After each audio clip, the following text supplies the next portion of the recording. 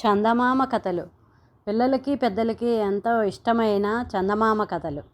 మర్యాద అయిన పద్ధతి. కువలయ్య భార్య పేరు ఏదైనా అందరూ ఆమెను కువలమ్మ అని అంటారు. ఎందుకంటే ఆవిడ కూడా భర్తలాగే మహాపిసినారి. ఈ దంపతులకు పొరుగున రామయ్య రామమ్మ ఉంటున్నారు.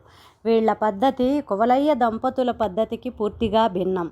రామయ్య రామమ్మ కూడా జాలిగుండె కలవాళ్ళు. కువలయ్యది వడ్డీ వ్యాపారం. వచ్చిన డబ్బు వెనుక వేయడమే తప్ప ఖర్చు పెట్టడం అంటూ ఉండదు. వాళ్ళ దొడ్లో పళ్ళ చెట్లున్నవి. ఆ పళ్ళల్లో ఒక్కగానొక్కటైనా ఇరుగు పొరుగులకు ఇవ్వకుండా తినేస్తుంటారు కువలయ్య దంపతులు. ఇంట్లో వంట చేయడం అంటూ ఎప్పుడో గానీ జరగదు. ఎవరు భోజనానికి పిలిచినా ఆత్రంగా పోయి కడుపారా తిని వస్తుంటారు. ఒకరోజు రాత్రి కువలయ్య ఇంటి పెరట్లో తిరుగుతుండగా చెట్టు నుంచి సపోటా పండొకటి రాలి గోడ మీద పడి పొరుగింటి దొడ్లోకి జారిపోవడం అతడి కళ్ళబడింది. అది చూసి కువలయ్య మనసు పాడైపోయింది. భార్యను పిలిచి జరిగింది చెప్పాడు. వెంటనే గోడ దూకిపోయి పండు తెమ్మన్నది భార్య. కువలయ్య గోడ దూకాడు. అప్పుడే అతడికి సపోటా పండుతో పాటు కొద్దిగా తెరిచి ఉన్న రామయ్య వంటింటి తలుపులు కూడా కనపడ్డాయి. వాళ్ళింకా నిద్రపోలేదేమో పలకరించుదామని గుమ్మం దాకా వెళ్ళాడు కువలయ్య. అయితే వంటింట్లో ఎవరూ లేరు. కానీ వంటకాల వాసనలు ఘుమఘుమలాడుతున్నాయి. కువలయ్య చప్పున లోపలికి అడుగుపెట్టి అన్నీ చూశాడు. అతడికి నోరూరింది. వంటకాలన్నీ పంచెలో మూటకట్టి సపోటా పండుతో సహా గోడ దూకి ఇల్లు చేరాడు. జరిగింది విని భార్య అతడు చేసిన పనిని మెచ్చుకున్నది. ఆ రాత్రి ఇద్దరూ కలిసి ఆనందంగా విందు భోజనం చేశారు. మర్నాడు రామయ్య ఇంట్లో ఏదైనా గొడవ వినిపిస్తుందేమోనని కువలయ్య దంపతులు ఎదురు చూశారు. కానీ అలాంటిదేం జరగలేదు. బొత్తిగా లక్ష్యం లేని మనుషులు. అన్ని వంటకాలు పోతే పట్టనట్టూరుకుంటారా అన్నాడు కువలయ్య. ఇలాంటి వాళ్ళ కొంపలో నుంచి రోజు అన్నం ఎత్తుకు వచ్చినా ఫర్వాలేదు అన్నది కువలమ్మ. అంతే. ఆ రాత్రి కూడా కువలయ్య గోడ దూకాడు. అయితే ఈరోజు వంటింటి తలుపు వేసి ఉన్నది. కువలయ్య కాస్త తోసి చూస్తే గడి దానంతటదే చప్పుడు కాకుండా విడిపోయింది. కువలయ్య అన్నం ఎత్తుకొని వెళ్ళిపోయాడు. మూడవ రోజున కువలయ్య గోడ దూకి వంటింటి తలుపులు తెరవగా అతడికి అక్కడ వంటకాలే కాక 2 పీటలు కూడా వేసి ఉండడం కనబడింది. వాటి ముందు 2 విస్తళ్ళు పరిచి ఉన్నాయి.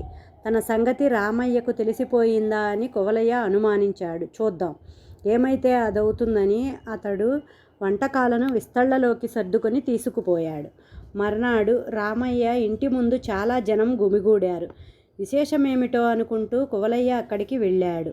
రామయ్య అక్కడ చేరిన వాళ్లతో, మా ఇంటికి రోజు భగవంతుడు వచ్చి భోంచేసి వెళుతున్నాడు. మొదటి రోజున ఇంట్లో వంటకాలు మిగిలిపోతే వాటిని దేవుడు తినేశాడు. నేను కుక్క తినేసిందనుకున్నాను.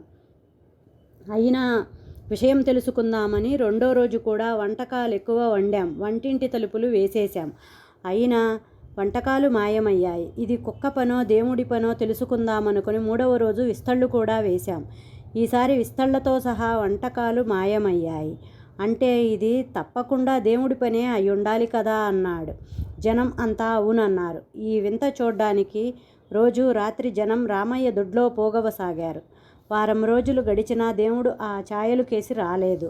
దేవుడు ఇంతమంది కళ్ళెదుటికి వస్తాడా? రహస్యంగా చూడాలి గాని అన్నాడు రామయ్య. ఆ రోజు నుంచి జనం రహస్యంగా చూడడం మొదలుపెట్టారు. పాపం కువలయ్యకి చాలా ఇబ్బంది అనిపించింది. రామయ్య వెర్రిబాగులవాడు కాబట్టి దేవుడొచ్చి తినిపోతున్నాడనుకున్నాడు. అంతవరకు బాగానే ఉంది. కానీ మధ్య ఇదేమిటి? జనమంతా కాపలా కాస్తుంటే తన తిండి సంగతి ఏం కావాలి? దేవుడొస్తాడని ఏ వెధవ ఎక్కడి నుంచి రహస్యంగా వంటగది కేసి చూస్తున్నాడో తనకెలా తెలుస్తుంది? ఈ ప్రపంచాన్ని తిరుగుముఖం పట్టించడం కోసం కువలయ్య తన భార్యను ప్రోత్సహించి రామమ్మ దగ్గరకు పంపాడు. ఆమె రామమ్మతో, ఏమమ్మా వదినా, రోజు దేవుడొచ్చి మీ ఇంట్లో తినిపోతుంటే ఆ సంగతి ఊరంతా డప్పు కొట్టించాడు అన్నయ్య. ఇప్పుడు చూడు మరి దేవుడు రావడం మానేశాడు. అటు అన్నయ్యకు వెర్రిబాగులవాడన్న పేరు వచ్చింది అన్నది. ఆయనేమీ అంత వెర్రిబాగులవాడు కాదమ్మా, ఆయనది జాలిగుండె అంతే అన్నది రామమ్మ శాంతంగా. అంటే అన్నది కువలమ్మ ఆశ్చర్యపోతూ. వచ్చి తిండి తినిపోయేది దేవుడు కాదని మనిషేనని ఆయనకు తెలుసు. కానీ అంత రహస్యంగా వచ్చి తిండి ఒక్కటే తినిపోతున్నాడంటే వాడు తిండి కోసం ఎంతగా ముఖం వాచి ఉన్నాడో అర్థం చేసుకోవచ్చు. అలాంటివాడు గర్భదరిద్రుడై ఉంటాడు. అన్నార్తుడికి అన్నం పెడితే అది దేవుడికి పెట్టినట్టే అని ఆయన అంటుంటారు. అందుకే మేం విస్తరి కూడా వేసి వాడు తిండి తినిపోయే ఏర్పాటు చేశాం అన్నది రామమ్మ. మీ ఆయన జాలిగుండె సంగతి బాగానే ఉన్నది. వంట ఇంటికొచ్చి తినిపోతున్నవాడు గర్భదరిద్రుడు కాక ఉన్నవాడేమోనన్న ఆలోచన మీకు కలగలేదా అని అడిగింది కువలమ్మ. ఒకవేళ తమ సంగతి రామమ్మకు తెలిసిపోతే ఈ ప్రశ్నతో ఆ విషయం బయటపడుతుందని కువలమ్మ ఆశ.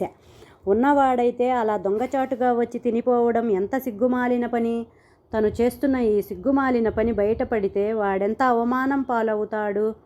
వాడిని అలా నలుగురిలో అవమానించడం ఆయనకు ఇష్టం లేదు. ఆయనది జాలిగుండె అని చెప్పా కదా, అందుకే దేవుడి పేరు చెబుతున్నాడు అన్నది రామమ్మ.